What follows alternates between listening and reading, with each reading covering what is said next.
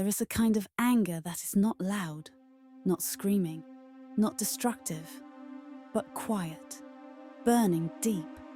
An anger that grows out of disappointment, because you trusted, because you believed, because you hoped, and were disappointed again. This anger is not a flaw.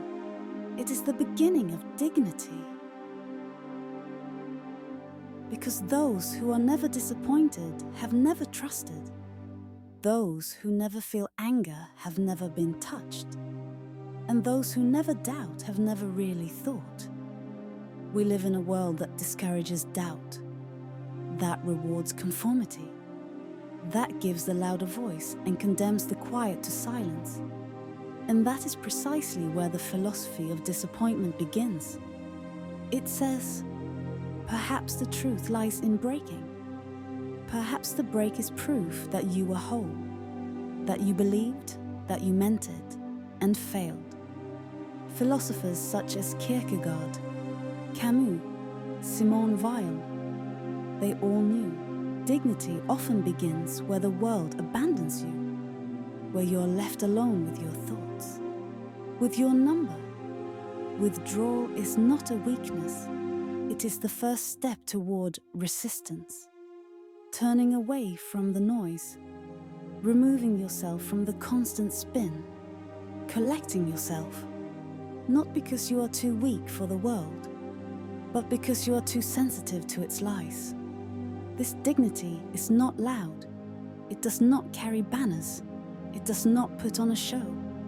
But it is real, and it is uncomfortable, because it cannot be bought.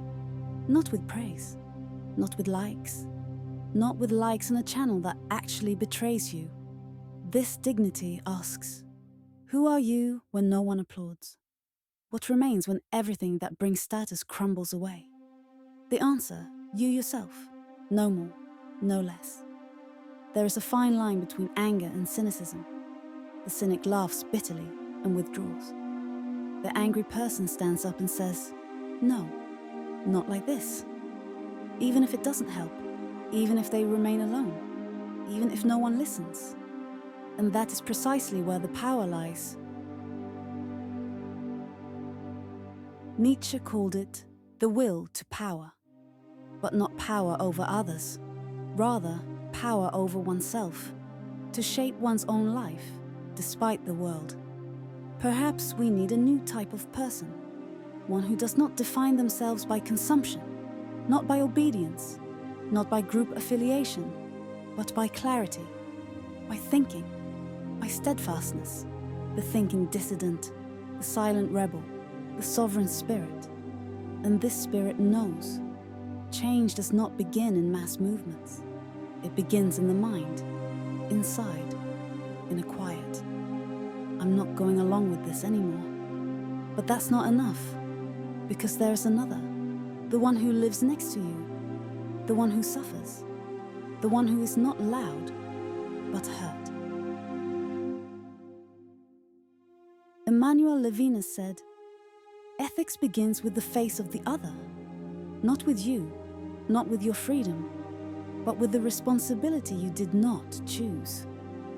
Looking into the face of the other obliges you, because you are human, and that is exactly where true dignity begins. Not as self-pride, but as compassion, not as a status, but as a silent promise, I will not leave you alone. This philosophy of disappointment does not end in bitterness, but in a yes to life in all its fragility, to thinking in all its depth, to truth even when it is uncomfortable, anger, dignity, resistance. This is not a slogan, it is a path out of alienation, a path into clarity. Those who follow it will fail, but perhaps they will not lose, because those who think are heard, and those who feel truly heal.